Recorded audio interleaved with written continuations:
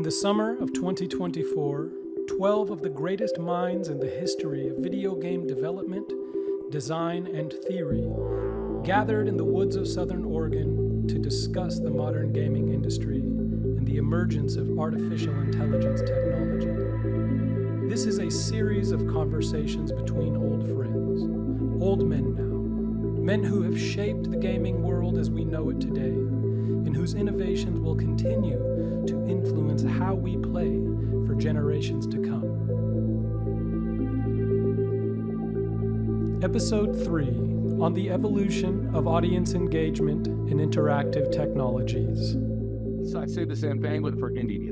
Yeah. Which is I look at a lot of stuff that they're doing that's very, I love it. Small teams, nugget of a good idea that if expanded could apply to. Right. But they're not prisoners. They're not prisoners. We are prisoners of the genres more than they are. Yeah. Just a point of order. Sid is in, having seen this before, Sid is in an awkward position that he's on the screen.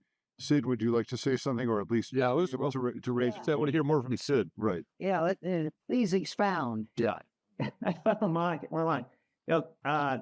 Fascinating. I enjoy the conversation. Just a couple of quick things. We the games that we've done, we cater to the player. We tried to make sure they're having fun. There's a little tension here about, we need to do something different. How different do we really need to do it? I mean, I just understand the frustration, perhaps if we did the same thing over and over again, that we want to change. But when you look at what people are playing, it's more and more the same thing. The big games are getting bigger, and they're getting live service, and they're there for years. So we're the industry is kind of satisfying the need of what people are asking for, and I think we're saying they're asking for the wrong thing.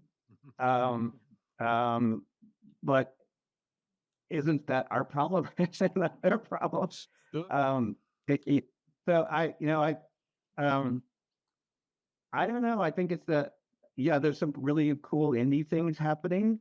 And occasionally something will bubble up, but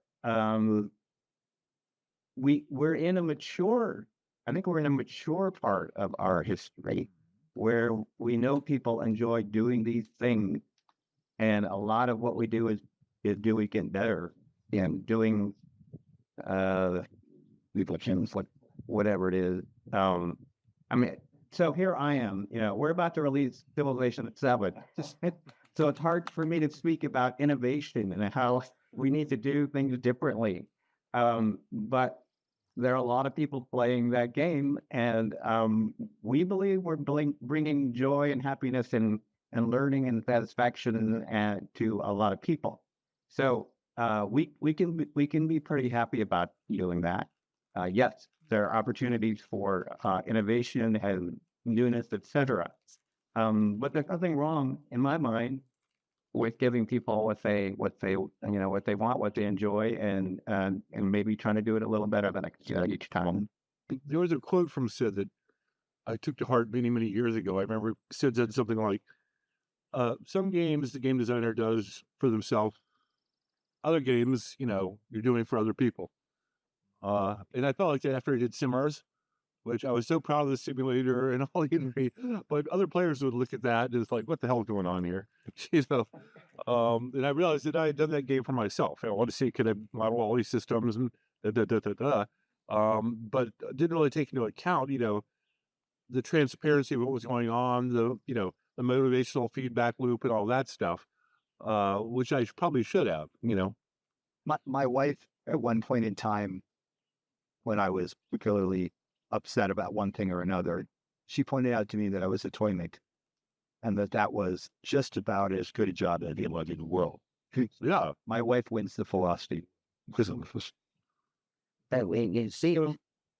back to your question about sort of the cementing of genres, I think back to roughly the mid-90s. And of course, back then, there was really only one way to sell our games and what we market our games, which is put them in a box, sell them in a store, and market them, with ads in a handful of computer game magazines. And I remember right around that time, Computer Gaming World, which was the #1 magazine, suddenly decided to reorganize the entire magazine by genre section. Adventure and RPG and strategy and I remember talking to Johnny Wilson and saying what a horrible idea I thought this was, because it, essentially means, you have to have your game be in one of those categories or forget it. Like it just seemed to foreclose all innovation. And I feel like, then at that period of time, what you're, kind of hypothesizing was true. I feel like today, there are so many more ways to make games, so many more ways to get the word out, so many more channels to sell them in, that is what's fostering so much more innovation today than was possible 30 years ago. Even though we're still doing role-playing games, I have an endless list of things, of innovations that haven't been done before in the category that I'll probably never get to by the time I'm retired, And then now with AI out, holy shit, like there's whole other ways to do reactivity that just never existed before for what we're doing. So I don't feel like We're better off. Yeah. Johnny Wilson was fucking gatekeeper. no, and not always a bare-handed one. And I like Johnny fine, but I watch what he did. He got us a lot of good whiskey. A couple of things, right? So the commercial constraints that we operate under have tried to, they want to make it understandable to not only the consumer, and they also are driven by big, right? So big by its very nature has to be generic at some level, right? It has to satisfy a whole bunch of people. And I think that always forestalls innovation, always. Yeah. Because you need to make it fit. Because you're actually trying to optimize on one axis, and that axis is big. So what I love about what's happening is that I think what is Napoleon, quantity has its own quality. We have, the quantity is going to go way, way up. And that I think is going to create one of these Precambrian explosion of innovation that's going to come and upset the apple cart to some degree, right? Now, not everybody, the games we make are all Ripple, and we're all fine wine connoisseurs. You're selling customers that are fine wine connoisseurs, right? At some level, and I think but the fine wine isn't something that you can give to everybody, right? It's got a narrow. So the games we make are all Ripple, and I thought you were going to say that we need to make the stone you throw in the pond that makes the That's like, wow. Well, the Honda said Mad Dog 20. Well, the positive part of maturity is that we are a mature art form, like with the movies, where there's the MC, there's any number of superhero films, but there are also a zillion indie films. One thing that's horrifying is if you look at the mobile charts, they have not moved for basically the last 5 or 6 years. Yeah. But at the same time, I'm for this. But at the same time, Brian and others have been talking about the explosion of games. That is one of the best. That is one of the best things about a maturity, that the Cambrian explosion is occurring. Eric, not really true. It's true if you look at the top 10 or the top 25. Yeah, I'm just saying the top 10. I just said the top 10. That was what I said. Yeah, but I mean, there's lots of people making a very good living, making only the 5,000 best-selling mobile game. Understood, but I just said the top of the list is occupied. But the further you go down, the more creativity is allowed. I was just expanding on Gordon's point. Yeah, I was just going to say, I think what we're seeing is, I originally wanted to be a professional writer. That was my goal as a playwriting major in college. That was my goal coming out of school. Yeah, it's scary. Caught the car. Now, what did the dog do with the car? Yeah. But I think one of the things I remember feeling as a quote unquote writer coming out of school was, okay, you can read the magazines, the few magazines that would take anything, had 4,000 submissions a month, of which they would take 2. What do you do? And so Start a magazine. Yeah, there you go. So that thinking of, well, in the end, you write what you know, you write what you feel, and you pray a lot, and you keep learning and stuff. I think that's some of the lovely problems we have, just as you're saying. That is what produces the Precambrian explosion. Is you have so many people dreaming like that, and yet you have the discouraging part of the two articles. And so, but it is liberating if you are not trying to sell. I left this out of my description of the 21st century, but I realized after 2008, I realized, wait a second, one thing that is wide open now is book publishing. Book publishing has suddenly become, so I've written and published 4 books over the years, and that by not having to worry about a gatekeeper, that both creates the explosion, but it also means that even if you're going to do the thing that is not going to be seen by 10 million people, if it's important to you to do it and you want it to have it today, that was and is a place where you can do it. And games, as we've said, are now that same place. I mean, you can let go of the out. Gatekeepers are weaker than they've ever been.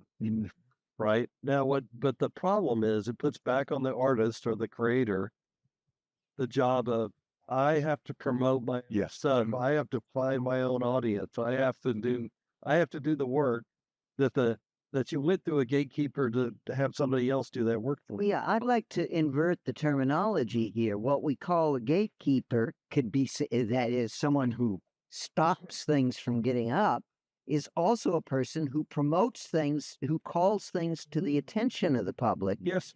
And I refuse to even look at games anymore because there are 10,000 of them, and I don't have time to look through the 9,000 crap games to find the few good ones. I need a gatekeeper who'll tell me. Can we talk about that for a second? Yeah. So the single question on that subject. The single largest change in the game business over the last 20 years is they're too fucking long.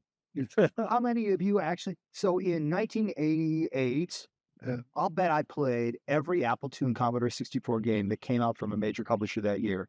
I bet I spent 10 hours on each one of them. And out of that 10 hours, I saw 90% of all those games. There was stuff I didn't see, but I got the big picture. The minimum investment nowadays for a major AAA release is probably $200 to say that you're a part of it. And I just personally do not have the investment capital to spend that on stuff I don't care that. Well, that's the evolution from games as a product to games as a service. Right.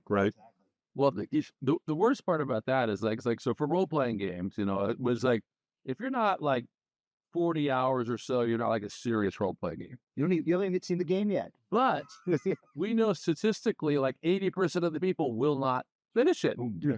But the press will say it was too short. It was not a good game, yet they're not getting through it. So there's a horrible friction there that drives me crazy. Yeah. Because, and then of course people come off of Baldur's Gate 3 and go, I just finished it after 500 hours, Now Avowed is getting so rest. The people are going, it's only 30, it's like, and they're really slanting it negatively. So there's this weird friction between I agree with you. I don't finish them either. People aren't even finishing the latest Hellblade. And it's like 8 hours. Like 90% of the people are not finishing an 8-hour game. That's a weird thing that's going on. So, but a lot of our literacy is my point. Is that imagine if every major novel written was 7,000 pages. Yeah. How many would you read? No. But one question is, do you think we're better off? Because one of the things you talked about Kickstarter that was different also was that Steam opened it up. Yep. Because when I started in 2012, you could release a game on Steam and you'd be in that top, like, games released today or this week or whatever. You might be there for 2 or 3 days. Now it's like 10 minutes, 5 minutes, you're off the chart. And so they opened it up and everybody went, this is fantastic. Now, I could debate both sides of this, about whether that really helped the indie, because, here it comes, so how do they get attention? It used to be that Steam had this, like, they'd be like, well, if it's reasonable, you're going to get up there. If it's junk, you're not going to make it. But they said, no, we're going to open the gate. So I'm always curious what other people think. Like, at the end of the day, was that a net positive? No, they outsourced the editorial. That's all they did. They said, we're not doing the editorial anymore. We're not a gatekeeper. Right. Right. We're not gonna editorial. Was it a positive or a negative? None curated content. So I think what that is, it drives the market to creators having to like do that heavy lifting. There's also millions of people now who want nothing more than to be the ones to find these gems, and your daughter and that sort of thing. The influencers. yeah, that's what it is. And doing these games for kids. There was we did a survey at one point of what kids wanted to be when they grow up, and this was actually almost 10 years ago, so it's already out of date. And one of the most common answers that kind of shocked and horrified me was, I don't really care what I do as long as I'm famous doing it. And they drilled down into it, and somebody said, yeah, I'd kind of like to be a hairdresser, but I want to be like a famous hairdresser like that one in the reality show. And I thought, oh yeah, reality shows, that is the one hairdresser out of the, million, around the world that gets to have their reality show. And there are so many kids out there who want to be that one person now. It's not out of date. Well, The being famous is actually the single biggest driver among tweens and teens, because it's the Kardashianization of. But a lot of them want to be famous for finding the cool stuff that everybody else does. So at least there's that as kind of a counter. I mean, it's still this incredible, instead of just a few, it's like most of us can remember there being, 3 or 4 TV channels, and that was your only choice. And, I remember even back then people saying, 500 channels and nothing to watch. And that sounded stupid, but now we're living it. Geez, if you ask 15-year-olds right now what they want to be, it's either going to be a YouTuber or an influencer. Yeah. Yeah, but why? Think about it. The kids that are coming along now are in a much more connected world. Mhm. They're bombarded with this bullshit to start with, right? And they're in a sea of. So we grew up in a particular place and time when place mattered more, and we could understand our hierarchy, our tribal hierarchy of where we were. And the people who's my parents who came before me were even in a more, like there's a limited number of names in the area that those names and stuff like that. Now it's a sea of, why wouldn't they want to be? I need to crawl out of this pit of mass humanity. I want to be different. I want to be special. Like, there's not a spot for me unless I make it. There's no spot for me unless I crawl and make, Right, but that's also content agnostic, because maybe you're into World War II history or into motorcycles or into strange spiders, whatever it is. You can take your passions and start making a YouTube channel out of it, or be the person that collects all the spider videos, the influencer. Yeah. And what's driving that is like, I want to be noticed. Yeah. I want to be. I want to matter. It's standard cultural feedback, though. For if you are 20 today, you know more people you have never met than you know people you have met, and it's significant number, like orders of magnitude number. Nobody in this group before the age of 20 knew more people than they had met. And the first learning of the online stuff is the human heart can't tell the difference between virtual and edge. Right. It doesn't understand the difference. Summit's a launching vehicle. So to me, in the time that I spent in that world, there are 3 really big categories of streamers. So there are lifetime streamers. Mr. Beast is the protagonist of that. There are people that I would call gameplay entertainers, which are people who play games to entertain other people. And Ninja is probably the person that everybody here kind of knows in that category. And then there are esports guys who are actually esports athletes that are in the context of this is what great gameplay looks like. Guys who make money are in category 2 and category 3. Category 3. The esports athletes do okay, but the entertainers, and they just basically use us as a platform to take off. Some of them in the most abject, unbelievable ways as ever seen. When I was at Google, I got to know one of the women at Google whose job it was to deal with some of the influencers, and PewDiePie in particular. Yeah. And it was just, she had tremendous patience and, all this sort of stuff. But yeah, it was just, God, I would not want to have that job. It depends. So Jericho was this guy I wrote for, and we did a bunch of stuff together, and he was great because he was like up for it. So I did a show based on Rocket League that we did at an EDM festival in Bakersfield. It's like, one of those big EDM festivals. Well, they wouldn't let us shoot the stage. But what they did was they gave us all of their talent. So all the talent came and played Rocket League with Gold Glove and Jericho. And what we did with Jericho was we had him show up late on purpose. And because I couldn't actually go to the festival, I couldn't shoot the deal, but I wanted to shoot the rest of it. So we had Jericho get lost in the place for 2 hours, which meant going out and interacting with fans in that context and then bringing back them to play games with it. And at the end of that, it's like Jericho was like, this is a show. I can just do this the rest of my life. Wow. Do that, wander around and find the show while he was there.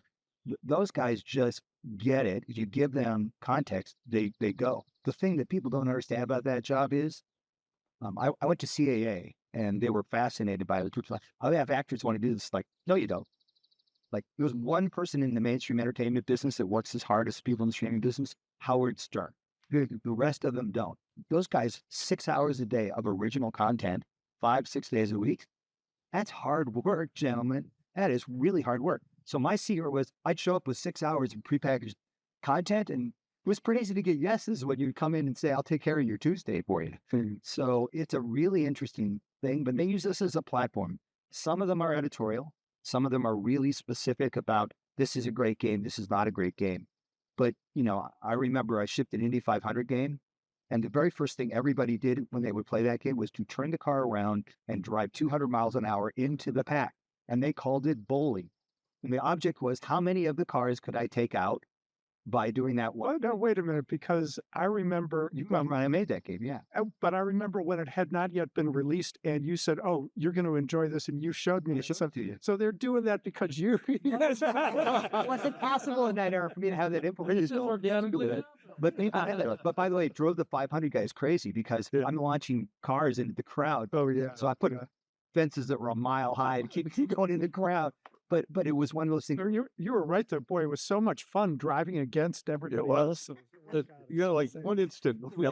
But it was the first thing everybody did. It was a racing scram. I just think about, you're talking about how frustrating it was to see how players change scram and so how fast they could melt it down. And I bet you $1 somewhere there's people who have are competing with 10th of second scores.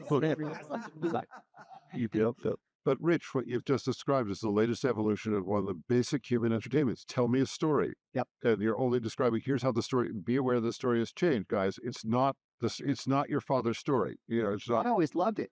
Every time. I mean, the other one, I talked to this guy yesterday, he's doing something about Tiger Woods golf. So how many of you have had documentary calls in the last year?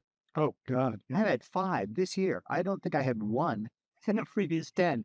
Anyway, guy's doing one on Tiger Woods golf, and he wanted to spend 10 minutes on Tiger Woods standing in the middle of the water house. In fact, he was standing on the water, the Jesus look.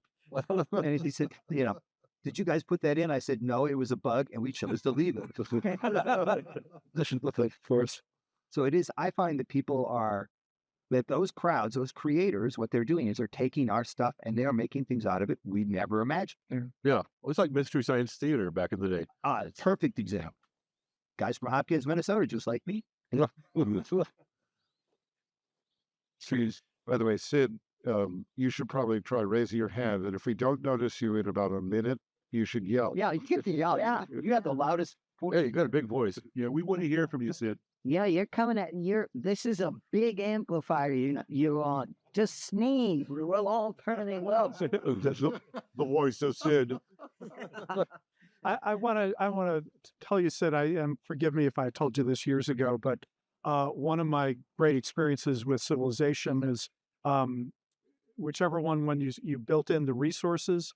I had a country going, and we get to the point where we discovered oil, and there was no oil in my country, but there was a small country right next to me that had a lot of it. And I remember thinking, well, I've been really peaceful, I've been really great. If I take them over, everybody's going to get angry, but I'll make so much from the oil, I'll be able to pay them off, make them all happy. And I suddenly thought, oh my God, I'm Saddam Hussein. but the insight of, I really felt like this is what interactivity is about, because I suddenly realized at that moment that yes, part of Civilization was making me understand what leaders of countries actually felt like, and because in my mind, I was already rationalizing why it would be a good thing for everybody if I paid everybody off with all the money I made from that oil. I could do it so much better than that tiny country that was still in a barbarian, mode. And yeah, and it's part of what we do is that, particularly when we do systems like that, and what Will does as well, is that it just gives you an understanding that I don't think you can get any other way, or, maybe from a book if you're really smart and insightful, but we can make games where anybody can kind of see what it feels like and how your thought process and how your emotions go when you're in this totally different body or role. That's the fundamental power of interactivity. I'm sorry, Sid. Yeah, Go ahead. exactly. I mean, that's what interactivity gives you. That's our superpower, interactivity. And I've kind of always said games are going to take over the world because we have this unique superpower. And I think the message that I want to convey is we won the battle. We vanquished movies, we vanquished books, we vanquished television. We are the conversation. So, yeah, maybe we have a few issues, but at the end of the day, we won. And Noah, you were saying about how people, when they were asked what they would like to do, is maybe I'm a hairdresser, but I want to be the most famous hairdresser in the world. That's the fantasy that we fulfill. You're a great leader. We let you be the star in our games, and that's what people want. So I think that's a big part of the reason why we won it. I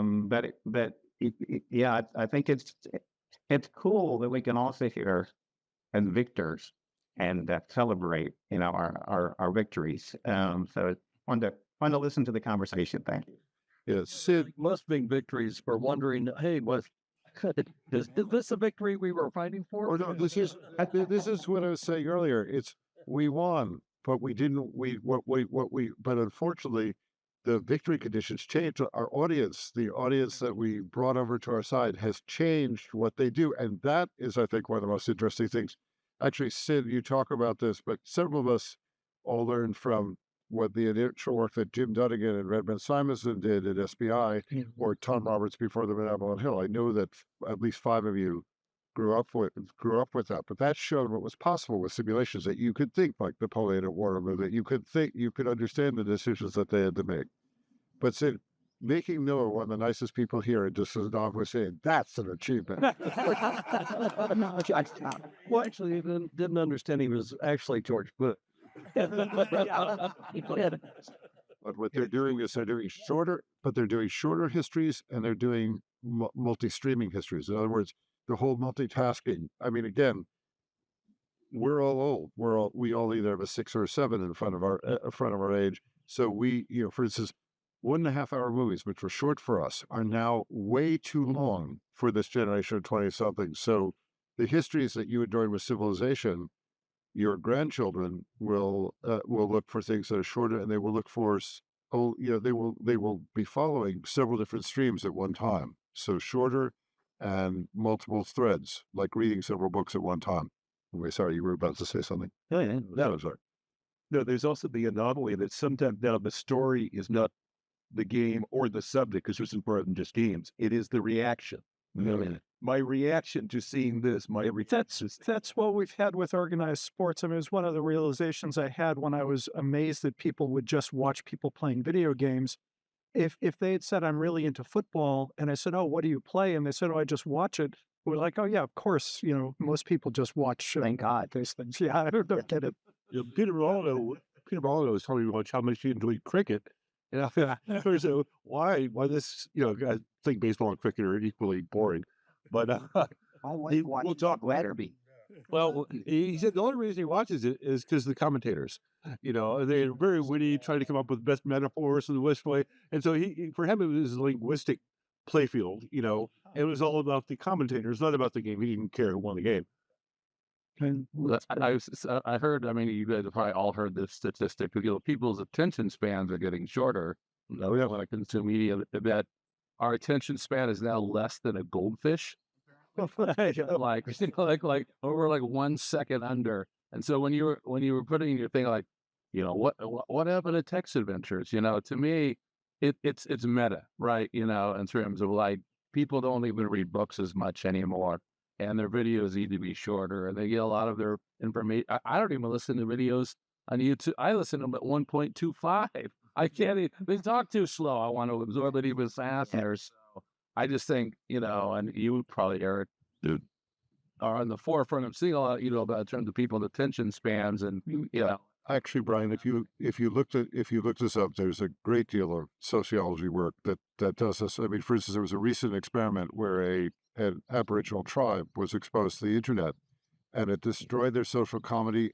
But at the end, they realized that terrible things had been done to it, but they didn't want the internet taken away because there's a wonderful book called Irresistible, which actually normally people treat addiction as either digital or games and treat it separately. Irresistible treated it as a continuum. So it introduced me to World of Warcraft addiction centers, of which there are two or three. It was written in 2017, still valid. Ignore the last chapter, where his publisher told him you have to come up with a solution, which was gamify everything. It's like, no, do not. It's basically, don't go methadone, go to heroin, but it is very good for giving you a primer. If you're interested, Brian, I've been asking several people working in the field. There hasn't been another book like that, but there have been some research papers that track just how our attention span goes down. And the problem is our creation has become, we have Frankenstein's monster. The internet is changing the way we think. Warren Spector would complain. He's been keeping a log of how many books he's been reading since he was 18 or 19. And he said, I'm now at 1/3 or 1/4. And I said, Warren, what do you do on a weekend? He said, well, I play games. I do this. Do this. I said, what do you really do on a weekend? And he thought about it. He gets distracted. He may be playing a game, he gets distracted. There's a lot of work out there. There's much better stuff than the summary so that I can tell you. I wonder if all those distractions had been there for us at those young ages, whether we would all be sitting around. That's it. That's absolutely. Brian, as though that I wouldn't have fallen for. That's my point about the 60 and 70-year-olds. Us would be completely different if we'd been exposed to this. And I'm sorry, who was talking about? You were talking about place. In other words, what our parents' generation.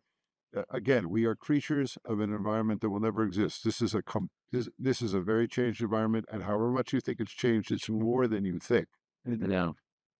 Do you think that there's a separate point? There was a survey, it's no longer true, but that people remember 20% of what they hear, 30% of what they see and hear, and 70% of what they interact with.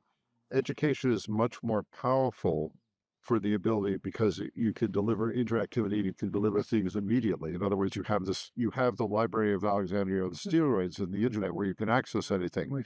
So people's ability to learn things that can be done by doing it, you put it up, or by summoning the information quickly. But things that require, forgive me, if you want to understand romantic poetry or Shakespeare at the level, that's what has been broken down. But the cat is out the bag. Human, what it is to be human, what it is to think and evolve and deal with other people as a human has changed. It's the example of, many, many more people who you've never met. Yeah. We've just changed the definition. But let me I'm at a counterexample. And the counterexample is from the world of sports team. So if you got an 18-year-old kid today who plays baseball, that kid plays nothing else. He doesn't play any basketball, he doesn't play any other sport. And the reason why is because the job of now being an amateur baseball player is a full-time effing job. Professional. You have professional training, a bunch of very specific technique-oriented training that goes on, and then a bunch of practice and off-field stuff that you and I, off-field, what's that? There's a whole category. So what's happened is, at some level, people are willing to commit more time than ever before to some very specific outcomes. What's happening is, I would say, the generalization of that process. Our attention spans have gotten shorter, especially people in this group, because we've seen it before. If we've seen something before, we switch it off quick. We make that change fast. But what I've seen is that's happening faster. That switch off happens faster. But when people engage, they're not way deep. way deep on an hour basis. It's why those games are so. Oh, yeah, you're describing it. There's 2 points I want to make. For one thing, learning more about ADHD, the fact that it's a deficit disorder is a misnomer. That it really just means there's a higher level. And the reason that they got interested in making games to do that is because parents of kids with ADHD would say, "I don't understand. He can't spend 5 minutes on a homework assignment, but he goes to Fortnite, and I can't pull him away after hours." And if you stimulate to a certain level, then you could do that. But also, I think more fundamentally, what we're talking about here, it's a bunch of old guys talking about, oh yeah, kids today. There was a great thing. I don't know whether it was Aristotle, it was one of the ancient Greek guys who was complaining about writing because, in my day, everyone had to memorize 10,000 line epic poems. I knew you would know that. The next episode reviews the relationships between companies and creators and the rise of the indie studio.